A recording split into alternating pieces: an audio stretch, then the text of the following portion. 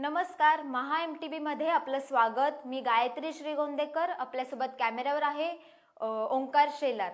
पंढरपूर मतदारसंघाचे राष्ट्रवादी काँग्रेसचे आमदार भारत भालके यांच्या निधनानंतर त्यांच्या जागी राष्ट्रवादीकडून कुणाला संधी मिळणार याबाबतची चर्चा आता राजकीय वर्तुळात चांगलीच रंगू लागली आहे। अशा वेळी उपमुख्यमंत्री अजित पवार यांचे चिरंजीव पार्थ पवार यांना पोटनिवडणुकीत संधी मिळावी या मागणीनं जोर धरला।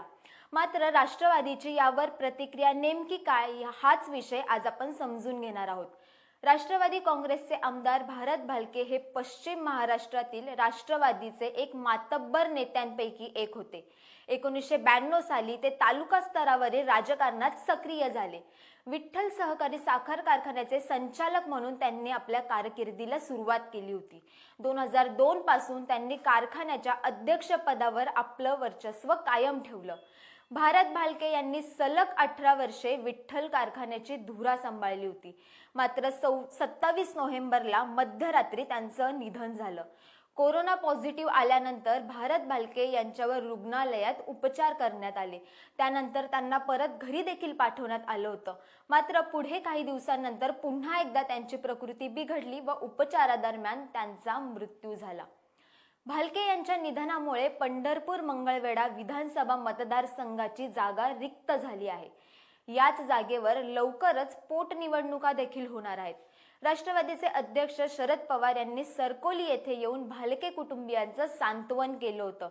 त्यावेळी काही कार्यकर्त्यांकडून भारत भालके यांचे पुत्र भगीरथ यांची उमेदवारी जाहीर करावी अशी मागणी झाली होती।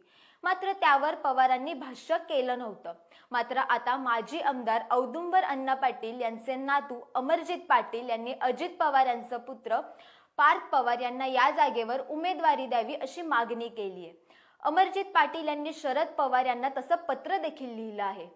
यावेळी पाटील यांनी त्यांच्या पत्रात लिहिलंय की पंढरपूर मतदारसंघात भावनेचं नाही तर विकासाचं राजकारण व्हायला हवं।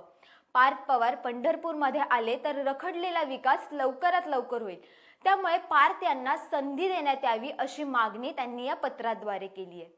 पार्थ पवार हे पंढरपूर येथून निवडणूक लढवणार या वृत्ताचं राष्ट्रवादीचे प्रदेशाध्यक्ष जयंत पाटील यांनी खंडन केलंय। तर उमेदवारीचा निर्णय अजून झाला नसल्याचं देखील सांगितलंय। मात्र पार्थ पवार यांना उमेदवारी देण्याबाबत तरुणाईचा विरोध असल्याचं बोललं जाते। मात्र हा विरोध नेमका कोणाचा हे समजून घेतलं पाहिजे।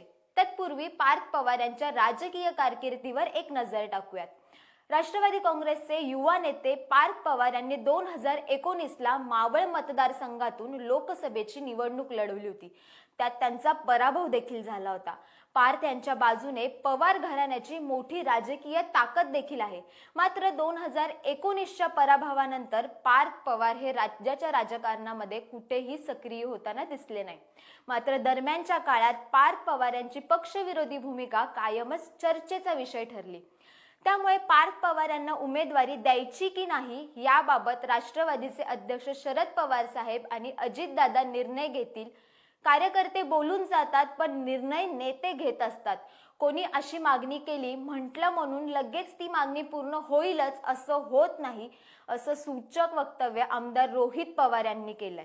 तर पार्थ पवार हे पंढरपूर येथून निवडणूक लढवणार आहेत अशी कोणतीही चर्चा माझ्या स्तरावर झाली नाही असं प्रदेशाध्यक्ष जयंत पाटील यांनी स्पष्ट केले। उपमुख्यमंत्री अजित पवार यांनीही या वृत्ताचं खंडन केलंय। खरं तर पार्थ पवारांच्या राजकीय पुनर्वसनासाठी ही एक उत्तम संधी राष्ट्रवादीला होती। मात्र पार्थ पवारांबाबत राष्ट्रवादीच्या गोट्यातून कायमच नाराजीचा सूर दिसून येतो। पार्थ पवार यांना लोकसभा निवडणुकीच्या वेळी मावळमधून उमेदवारी जाहीर करण्यात आली। जेव्हा राष्ट्रवादी काँग्रेसचे सर्वेसर्वा शरद पवार यांनी लोकसभा निवडणूक न लढण्याचा निर्णय घेतला, त्यानंतर रोहित पवार यांनी एक फेसबुक पोस्ट लिहून शरद पवार यांना त्यांच्या या निर्णयावर पुनर्विचार करण्याबाबत सोशल मीडियावर लिहिलं होतं। हे आपल्या सगळ्यांना ठाऊक आहे। जे अजित पवार भर विधानसभेत विरोधी पक्षातील नेत्यांना मला पराभूत करून दाखवा असं चॅलेंज देतात, तेच अजित पवार मुलगा पार्थ पवार याच्या राजकीय कारकिर्दीवर मौन बाळगताना दिसतात। पार्थ पवार यांच्या भूमिका आजोबा शरद पवार आणि राष्ट्रवादी काँग्रेसच्या अधिकृत धोरणाला छेद देणाऱ्या असतात। शरद पवारांनी नातू रोहित पवार यांना राजकारणात सक्रिय करण्यासाठी पूर्ण ताकद पणाला लावली. मात्र दुसरीकडे पार्थ पवार यांना राष्ट्रीय व राज्यातील राजकारणापासून कायमच दूर ठेवलं. आपण नातवाच्या विधानाला काडीचीही किंमत देत नाही असं शरद पवार म्हणाले होते.